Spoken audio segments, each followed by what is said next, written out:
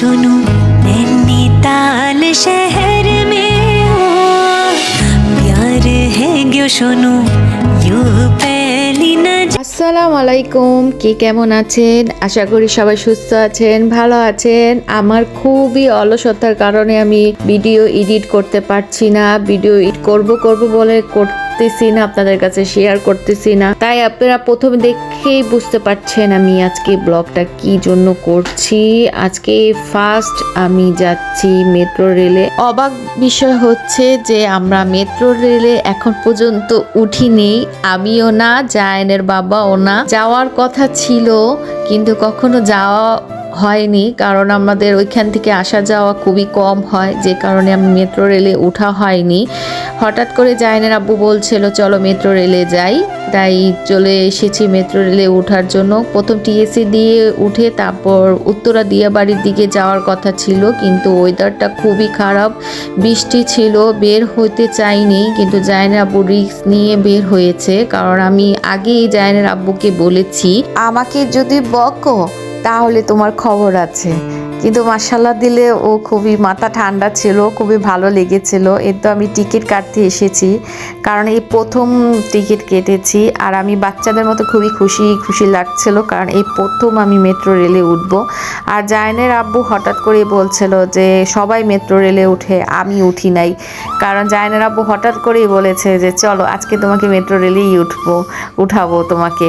তাই হঠাৎ করে চলে এসেছি মেট্রো রেলে ওঠার জন্য। আর আমি জায়ানের আব্বুকে বলছিলাম আমার কিছু ভিডিও একটু ছবি তুলে দিবা, কিন্তু দুঃখের বিষয় হচ্ছে ছবিগুলো ভালো ওঠেনি, কারণ রাত হয়ে গিয়েছিল। আমি আর ভিডিওটা আমি খুবই আলসা করতেছিলাম, কারণ আমি ভিডিওটা এডিট করে দেওয়ার কথা ছিল না। ভেবেছিলাম যে একটু দিনে দিনে এসে সুন্দর করে আপনাদের কাছে শেয়ার করব, কিন্তু এটা আমার চোখের দেখা প্রথম মেট্রো রেল। এটা দেখে যে আমার কি যে পরিমাণ মজা পেয়েছি, এত মজা লেগেছিল। কারণ মজা লাগার কারণ হচ্ছে খুবই অল্প সময় এক প্রান্ত থেকে আরেক প্রান্তে যাওয়া যায়, সে জিনিসটা খুবই মজা লাগছিল। আর এটা খুবই ভালো হয়েছে এই জিনিসটা। আমাকে আমাদের বাংলাদেশে জিনিসটা করাটা খুবই দরকার, কারণ যে জ্যাম, রাস্তা বের হওয়া যায় না, কারণ এক প্রান্তে আর এক প্রান্ত থেকে আরেক প্রান্তে খুবই কষ্ট ছাড়াই যাওয়া যায়। আর আমি যে দেখতে দেখতে যে কখন যে চলে এসেছিলাম উত্তরা দিয়াবাড়ি, আমি কল্পনাও করতে দাঁড়াতেই চলে এসেছি। এই তো আমি আর জায়ান, তো বাচ্চা মানুষ তো প্রথম একটু উঠলে একটু ভয় পায়, এই যে জায়ান, কিন্তু এরপরে জায়ান আল্লাহর রহমতে ঠিক হয়ে গেছে। আমিও বাইরে তো কোনো কিছু দেখা যায় না, কারণ অল্প অল্প দেখা যায়, কারণ ভিডিওটা করিনি। বাইরে দেখেন সুন্দর আসতেছিল না ভিডিওটা। আর ভিডিও করতে করতে চলে এসেছি আমি, কারণ এটা হচ্ছে উত্তরা দিয়াবাড়ি হচ্ছে লাস্ট স্টেশন মেট্রো রেলে। আর এখানে অনেক ভিড় ছিল, এই দেখেন আমরা নামতেছি।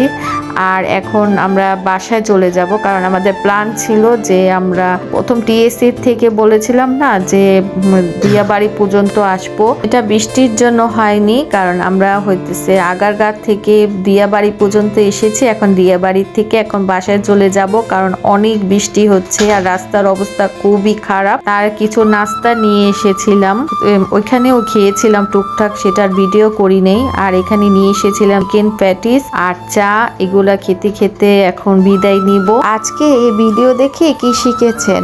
আলহামদুলিল্লাহ, দেখেছেন অল্পতে মানুষের কতটা খুশি রাখা যায়, হাসি খুশি থাকা যায়, কারণ মানুষের অনেক কিছু লাগে না, মানুষের মনের সুখ এবং শান্তিটাই এখন আসল। আলহামদুলিল্লাহ, আমি মেট্রো রেলে উঠে অনেক শান্তি পেয়েছি, এটাই আমার কাছে অনেক কিছু।